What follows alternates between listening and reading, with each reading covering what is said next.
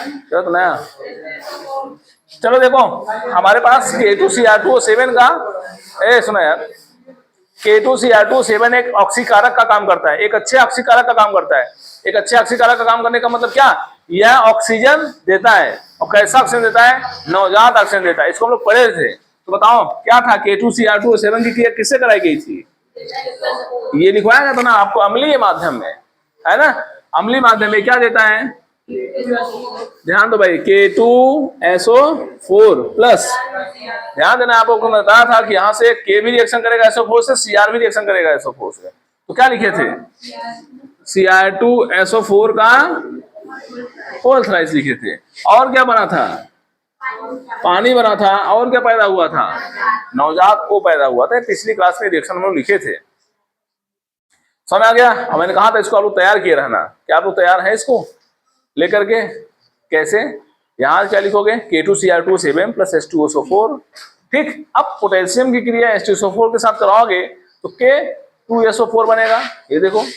और फिर Cr2O7 जब क्रिया करेगा SO4 से तो क्या बनाएगा, Cr2SO4 का थ्राइस बनाएगा। ये कहां से बनाया था, मैंने आपको समझाया था कि Cr पर कई प्लस होता है, 3 प्लस, और SO4 पर कई माइनस होता है, 2 माइनस। 2 का गुणा यहां करोगे, 3 का गुणा, तो देखो Cr2 हो गया और SO4 का थ्राइस हो गया। बात सुना रहा ना, इस तरीके से फॉर्मेट होता है। और फिर क्या बनाएगा, पानी बनाएगा। इसको बैलेंस भी हम लोगों ने किया था ना, कितना कितना आया था। इसमें हम लोग 4 का गुणा करेंगे और यहाँ भी कितने का करेंगे, 4 का। नवजातों का आया था, 3 आया था। इस तरीके से हमारी अभिक्रिया क्या हुई थी, बैलेंस हुई थी। इस अभिक्रिया को दिमाग में सेट रखना है। क्या क्या बना है, इधर देखो, K2Cr2O7 प्लस H2 से याद कर लिया करो, है ना। पूरा दिमाग में एकदम 4 बार लिखोगे, अपने आप से सेट हो जाएगा। K2Cr2O7 प्लस H2SO4 क्या बनाएगा, K2SO4 और Cr2SO4 का साइज प्लस H2O प्लस नवजात O बनाएगा हमारा। ठीक है, अब ये जो ऑक्सीजन पैदा हुआ है यहाँ पे, ये नवजात ऑक्सीजन है। क्या है, नवजात ऑक्सीजन है। और ये नवजात ऑक्सीजन क्या करेगा, किसी के कांटेक्ट में जाएगा तो वह उस चीज को तेजी से ऑक्सीडाइज करने का काम करता है, ऑक्सीकृत करने का काम करता है। अर्थात यह ऑक्सीजन जाकर के उसमें जुड़ जाएगा। समझ आएगा। जैसे अगर हम बात करें एग्जाम्पल नंबर 1 पोटेशियम आयोडाइड का, अब इस चीज का हम लोग यूज करने वाले हैं। पोटेशियम आयोडाइड का, ये हेडिंग किए थे क्या आप लोग, आयोडाइड का आयोडीन में रूपांतरण, आयोडीन में रूपांतरण।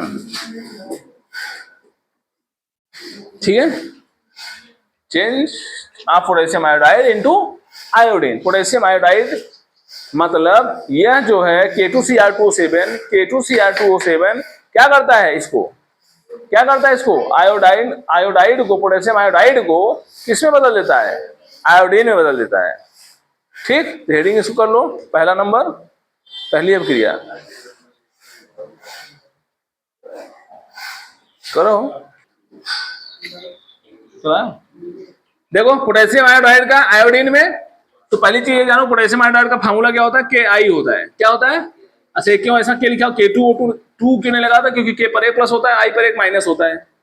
ठीक है ना, तो K पर 1 प्लस, I पर 1 माइनस, 1 का गुणा इसमें करो, 1 का गुणा इसमें, बातें कही होगा, तो Ki बन जाएगा हमारा। ठीक है ना, तो पोटेशियम आयोडाइड का फार्मूला क्या होगा, Ki होगा। ये पोटेशियम आयोडाइड होगा।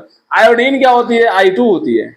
आयोडीन क्या होती है, गैस होती है। आयोडीन कहाँ पाया जाता है, आयोडीन कहाँ होता है, नमक में खाते हैं आप लोग, नमक में पाया जाता है, नमक नहीं, उसमें मिलाया गया होता है। आयोडीन का मतलब नमक मत समझा करो। एक बार ऐसे एक बच्चा पूछा हमको, आयोडीन देखियो कहाँ, यहाँ हमका कहा होता है, क्या सब्जी डाला है, अगर सब्जी नमक डालते हो, अब उसमें मिला दिया गया है आयोडीन, अलग बात है। ठीक है ना, तो आयोडीन अलग चीज है, नमक अलग चीज है। नमक में आयोडीन मिलाया जाता है, जिससे नमक की प्राइस क्या होती है, बढ़ जाती है। ठीक, आयोडीन की कमी से क्या होता है, घेगा रोग होता है। बाबा में आप लोग पढ़े होंगे, अगर किसी व्यक्ति को आयोडीन की कमी है तो उसको कौन सा रोग हो जाएगा, घेगा। घेगा में क्या होता है, गर्दन आगे की तरफ पूरा क्या होता है, सूज जाता है। ठीक है, आप लोग आयोडीन का युक्त नमक का प्रयोग करो। ठीक, आयोडीन का और भी काम है ना, यही बस नहीं, बहुत सारा काम है आयोडीन का। तो आयोडीन युक्त नमक खाइए आप लोग। हम प्रचार थोड़ी कर रहे हैं, अब पता चला कहेंगे हमारा नमक का प्रचार नहीं कर रहे थे, उनका क्या प्रचार कर रहे हैं। चलो खैर हम लोग समझते हैं। यहाँ पे क्रिया कराते हैं किससे? H2SO4 से।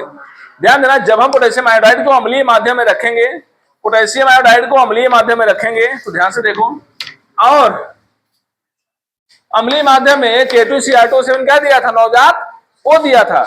यहां पे क्या करो, नवजात O रख लो, रख लिए। अब क्या करेगा ये नवजात O? क्रिया करेगा किसके साथ? KI के साथ। जब KI से क्रिया करेगा तो क्या बनाता है? ध्यान दो थोड़ा सा, यहां से बनाएगा K2SO4, क्या बनाएगा? अच्छा, मेन प्रोडक्ट हमारा कौन है? मेन प्रोडक्ट हमारा आयोडीन है। अब पोटेशियम आयोडाइड बदल जाता है किसमें? आयोडीन में। तो आयोडीन क्या होता है? I2 होता है। ध्यान दो, K रिएक्शन कर लिया SO4 से, बाय बाय, बोलो, आयोडीन I2 हो गया, इसकी सेवा समाप्त। इधर आते हैं, इधर कौन बचा है? हाइड्रोजन बचा है। और हाइड्रोजन क्या करता है? एक्शन से क्रिया कर क्या बना देता है? नहाने वाला बना देता है। ठीक है, ये हो गया हमारा। ठीक, अब बताओ ये रिएक्शन जो हमारी है इसको किस तरीके से लिखेंगे, थोड़ा दिमाग में रखो।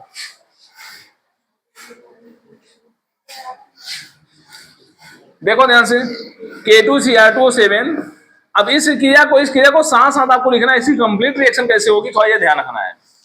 कंप्लीट रिएक्शन लिखना होगा तो आपको पहले इसको लिखना पड़ेगा। थोड़ा देखो यार, इसको मैं रुक जाओ,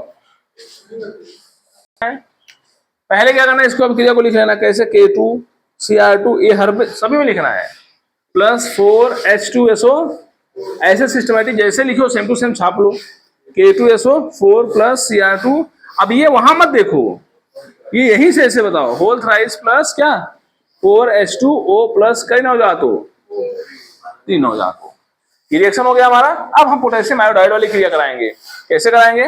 पोटेशियम आयोडाइड ले लेते हैं, प्लस, ध्यान से समझना, आप क्रिया को तो समझ में आएगा। पोटेशियम आयोडाइड ले लेते हैं, फिर किससे कराएंगे? H2SO4 कराएंगे, और उसका वाला क्या ले लेंगे? नवजात O। यही दिया है, पहला स्टेप रिएक्शन ये होगा। यहां से हम लोग नवजात O पाएंगे, इसके साथ क्रिया करा देंगे। ठीक है, समझो, पहली अब क्रिया ये होगी हमारी। यहां से हमको क्या मिलेगा? नवजात O, और इस नवजात O को लाएंगे, क्या कर देंगे? इसको दे देंगे, और ये क्या करेगा? क्रिया करना शुरू करेगा। ये देखो, ठीक। अब क्या करोगे? एरो लगाओ। मैंने क्या कहा? K2SO4 क्या बनेगा? देखो, डरो घबराओ नहीं, रिएक्शन से भागो नहीं। एक फिजिक्स में सवाल और केमिस्ट्री में रिएक्शन, बच्चे क्या करते हैं? बहुत डरते हैं। ऐसा कुछ नहीं है। आप रोज 4-5 रिएक्शन, 6 रिएक्शन, 10 रिएक्शन अपने से करो, अपने आप देखो दिमाग खुलता जाएगा। धीरे धीरे आप रिएक्शन पर हावी हो जाओगे, और पता चला अचानक सीधा एग्जाम में चले गए, अब रिएक्शन आ गया, वहां हवा तक नहीं लगेगा, चाहे एकदम सरले क्यों दिया हो। ठीक, और ऐसे क्या रहेगा? बड़ा रिएक्शन आएगा तो भी आप आसानी से कर पाओगे। चलो ध्यान दो, K2SO4 प्लस क्या बनाएगा? I2 बनाएगा। बनाएगा नहीं बनाएगा? अरे भाई, ये I2 बना दिया। ये क्या कर रहा है? ये I2 इसको ऑक्सीडाइज कर दिया, और आयोडीन बदल गया किसमें? सॉरी, पोटेशियम आयोडाइड कैसे बदल गया? आयोडीन में। और क्या बचा? ये H2O कहां से बनाएगा? यहाँ पे H2O है, यहाँ से ऑक्सीजन पा करके क्या कर लेगा? पानी बना लेगा। क्योंकि जानते हैं अगर इधर हाइड्रोजन है तो जान जाना उधर पानी बनना ही बनना है। अब कोई बचा है? अब बैलेंस करना है इसको। क्या करोगे? बैलेंस करना है। क्या पोटेशियम है यहाँ पे? यहाँ पे पोटेशियम है, 2 है। यहाँ क्या करो? 2 से मल्टीप्लाई कर दो। अब चेक करो, आयोडीन कैसे हुआ? यहाँ पे आयोडीन में बैलेंस है हमारा, 2 है, यहाँ भी है, 2 है, यहाँ भी है। SO4 कैसे हुआ? यहाँ पे 1 है, यहाँ भी 1 SO4 है, बहुत अच्छा। H2 कैसे हुआ है? 2 H2 यहाँ भी है, 2 H2 यहाँ भी है। ऑक्सीजन, 1 ऑक्सीजन वहां भी है, 1 ऑक्सीजन यहाँ भी है। हमारा काम तमाम है, यानी केवल यही लगाना था। अब क्रिया हमारी बैलेंस हो गई। समझ आ गया? अच्छा, एक बार जानते ना, अब क्रिया बैलेंस करने के बाद एक बार पूरी क्रिया को चेक भी कर लिया करो। कहीं ऐसा तो नहीं कि हम इसको बैलेंस किया और ये वाला गड़बड़ हो गया हो, तो देख लिया करो। अब क्रिया बैलेंस के बाद पूरा एक बार चेक कर लिया करो। अब ध्यान दो, इसके लिए हम क्या करते हैं? यहाँ पे कितने नवजातों हैं? 3 नवजातों। यहाँ पे 3 नवजातों, यहाँ पे 1 नवजातों। तीनों नवजातों को खत्म करने के लिए हम लोग क्या करते हैं? पूरी की पूरी अभिक्रिया में ध्यान समझना, थोड़ा सा नियम कुछ है यहाँ। पूरी की पूरी अभिक्रिया में 3 से मल्टीप्लाई कर दो। क्या कहा मैंने? क्या कहा मैंने? तीनों की तीनों नवजातों को खत्म करने के लिए भाई यहाँ पे 1 नवजात हो है, इसको हमें कितना नवजातों लेना पड़ेगा? 3 लेना पड़ेगा। और 3 लेने के लिए अब यहाँ डायरेक्ट हम 3 लिख नहीं पाएंगे, क्योंकि डायरेक्ट अगर 3 लिख देंगे तो हमारी अभिक्रिया अनबैलेंस हो जाएगी। जो बैलेंस बना के रखे हैं वो क्या हो जाएगी, अनबैलेंस हो जाएगी, ऑक्सीजन गड़बड़ हो जाएगा। इसलिए हमने क्या किया, 3 से मल्टीप्लाई किया। जब 1 से मल्टीप्लाई करोगे तभी बराबर रहेगा, 2 से गुणा करोगे सब बराबर रहेंगे, 3 से करोगे सब बराबर रहेंगे। समझ आ रहा है? 3 से पूरे समीकरण में गुणा कर दो। पूरे समीकरण में गुणा करने से कभी हमारी अभिक्रिया अनबैलेंस नहीं होती। इसीलिए जब कभी ऐसी जरूरत पड़े तो ध्यान देना हमें कहां गुणा करना है, बाहर से। समझ आ रहा है? 1 by 1 पॉइंट टू पॉइंट समझो, ठीक है ना? ठीक। अब क्या करना है, इस अभिक्रिया को हल करना है, जोड़ना है। जो अभिक्रिया प्राप्त होगी वो किसकी अभिक्रिया होगी, इसकी होगी। अब कैसे जोड़ना, थोड़ा यहां पे ध्यान दो, ध्यान दो। सबसे पहले क्या लिखा है यहाँ पे, पोटेशियम। कई ठू लिखा है, एक ठू, दो ठू दिखा था, एक ठू। इसके आगे क्या लगा है, एक लगा है, तो K2Cr2O। ध्यान देना, ये इसकी पूरी अभिक्रिया यही होगी, लास्ट वाली ये नहीं होगी कि यही वाले लेके चले परीक्षा में। ये पूरी अभिक्रिया होगी, इसको समग्र अभिक्रिया बोलते हैं। K2Cr2O7। अब ध्यान दो, H2SO4 का ठू है, ध्यान से गिनो, 5, और ध्यान से गिनो,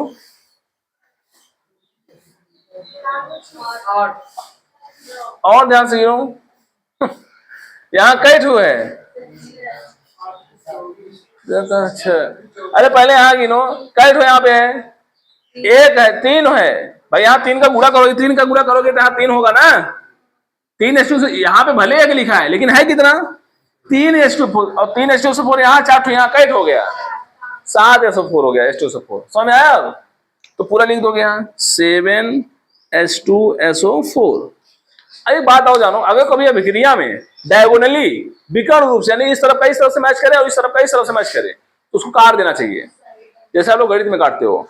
तो कोई मैच कर रहा है, कोई मैच कर रहा है, कौन कौन मैच कर दो है ही नहीं, मैच करते हैं।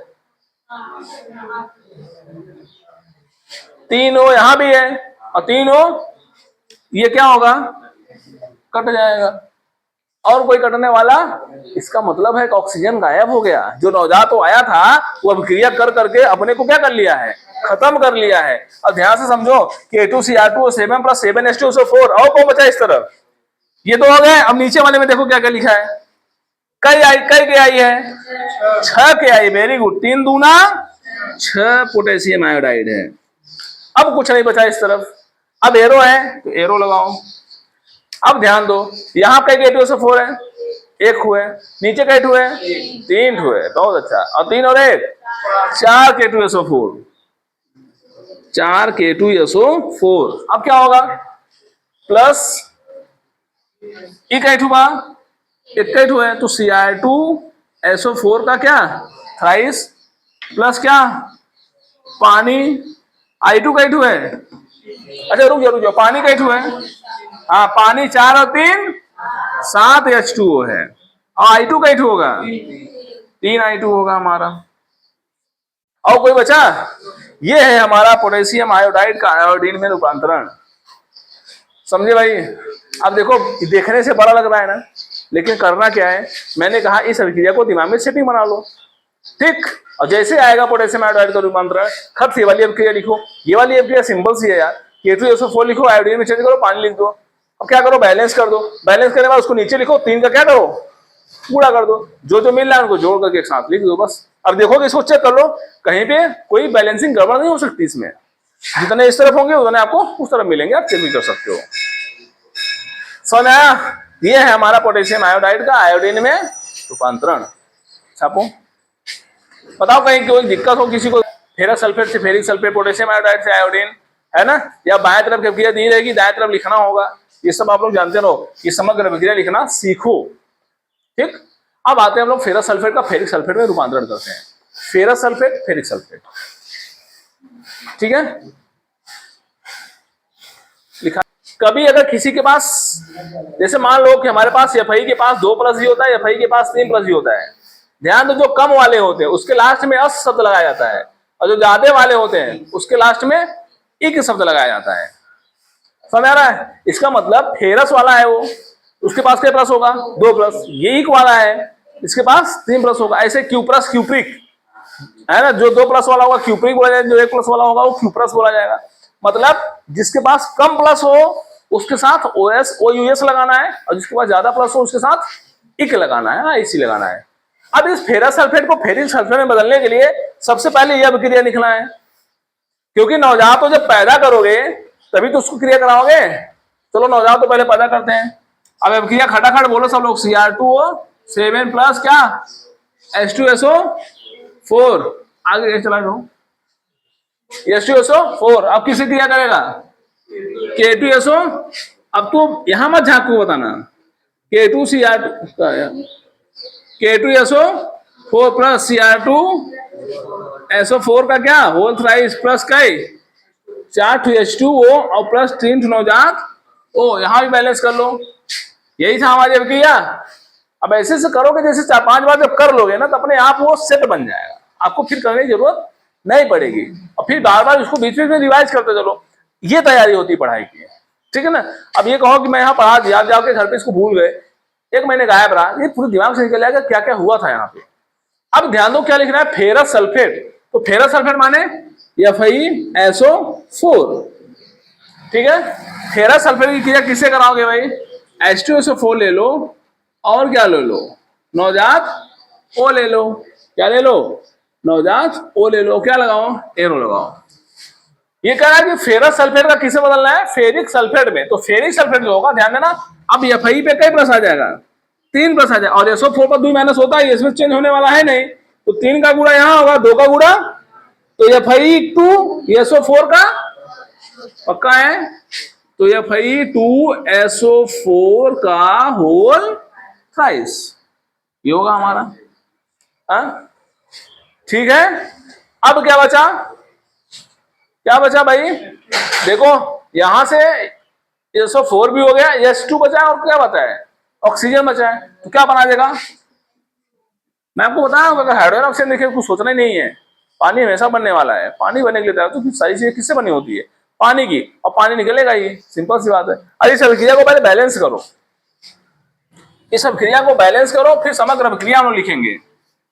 देखो कितना बढ़िया सरल हो जाएगा, ठीक है ना। अभी तक आपको लगा पहली अभिक्रिया मैंने बताया थोड़ा सा आपको स्टैंडर्ड लगा होगा, लेकिन अब आपको ये चीज सरल देखने को मिलेगी। पहले इसको बैलेंस करो सब लोग। कई Fe है, यहाँ कई Fe है, क्या करोगे 2 से मल्टीप्लाई कर दो, बराबर हो गया Fe। SO4 का है यहाँ 2 और 1 3 SO4 है, अच्छा है। H2O बराबर है, कोई वेरिएशन नहीं, यहाँ भी 2 लगाए वहां पे 2 लगा था, काम तमाम हो गया। कितना अच्छा बैलेंस हो रहा है। अब क्या करोगे, अब क्या करोगे बताओ आप लोग, अब आप लोग बताओ इसके आगे अब क्या करोगे। पहले समग्र अभिक्रिया नहीं, नवजात यहाँ कई ठू है, 3 ठू है, तो ध्यान देना इसको पूरा बैलेंस करने के लिए यहाँ पे क्या करोगे, नवजातों को होल रिएक्शन में कितने से गुणा करोगे, 3 से गुणा करोगे। आप इसको इस तरह भी लिख सकते हो क्रॉस करके 3, कोई दिक्कत नहीं है, समझ गया। और 3 से जब गुणा करोगे, अब ये हमारी समग्र अभिक्रिया लिखी जाएगी। अब यहाँ आपको मानना है यहाँ कई हो गए 3 ठू है, करें। चलो पहले देखते हैं ऊपर वाले लिखते हैं, K2Cr2O7, ये तो अकेला है। ध्यान देना पोटेशियम डाइक्रोमेट से ही आयोडीन आयोडाइड किससे बदल गया था, आयोडीन में, और पोटेशियम डाइक्रोमेट से ही फेरस सल्फेट किससे बदल जाएगा, फेरिक सल्फेट में बदल जाएगा। तो कैसे करोगे, ये हो गया K2Cr2O7, कई SO4 है, H2SO4 बोलो 4 ठू है, और यहाँ कई ठू है 3 ठू है, तो कई हो गया 3 H2SO। ये देखने को बड़ा लगता है, अब आराम से लिख सकते हो लाइन। अच्छा 7 सॉरी 7 H2SO4। अब क्या बचा, ये FeSO ऊपर वाले लिख गए, अब नीचे वाले को लिखा करो। पहले वहां नहीं जाना, पहले बाएं का ऊपर नीचे का पूरा लिख लिया करो, ठीक। अब यहाँ FeSO4 कई ठू है, 3 दूना 6 FeSO4, सही है। अब बताओ यहाँ नवजात हो, 3 ठू यहाँ है, 3 ठू वहां है, कट जाएगा, ठीक है। अब क्या बचा भाई, सब हो गए। अब एरो लगाओ, अब इधर वाले को लिखना है पूरा का पूरा। K2SO4 का ठू है, एक ही ठू है, इसको K2SO4 लिखो ज्यों का त्यों, प्लस लगाओ Cr2 एक ही ठू है, वही है जो लिखा है ऊपर, SO4 का थ्राइस, प्लस पानी का ठू है भाई, 4 3 7 H2O है, प्लस ये कई ठू है, 3 ठू है, ये भी ध्यान रखना है, 3 Fe2SO4 का राइस। बोलो सही है? और कोई बचा? ये है हमारा फेरस सल्फेट का फेरिक सल्फेट में रूपांतरण की समग्र अभिक्रिया। तो कोई टफ नहीं है, तखो आप लोग ये वाली अभिक्रिया करा दो खट से, ठीक, अपने आप ये वाली क्या होगी, लिख दी जाएगी। समझ आ गया? इसको बोलेंगे समग्र अभिक्रिया। क्या बोलेंगे? समग्र अभिक्रिया बोलेंगे। समग्र अभिक्रिया किसकी है? फेरस सल्फेट का फेरिक सल्फेट में रूपांतरण। क्या आइएगा इसको, ठीक है ना? कैसे करोगे? H2S हाइड्रोजन सल्फाइड होगा, प्लस क्या करोगे, इसमें H2SO4 नहीं लगाना है, इसमें सीधा सीधा O लिखना है। और क्या करोगे? H ऐसे बहुत सारा अभिक्रिया है, प्लस H2O। ये अभिक्रिया आपके सामने है, इसको आप लोग पूरा बैलेंस करके और वो समग्र अभिक्रिया पूरा लिख करके आइएगा। ठीक, मैं नीचे वाला स्टेप दे दिया हूँ, इसको बैलेंस कर लेना, का कोई बैलेंसिंग का पढ़ो, बैलेंस भी कर लेना और फिर इसको कंप्लीट कर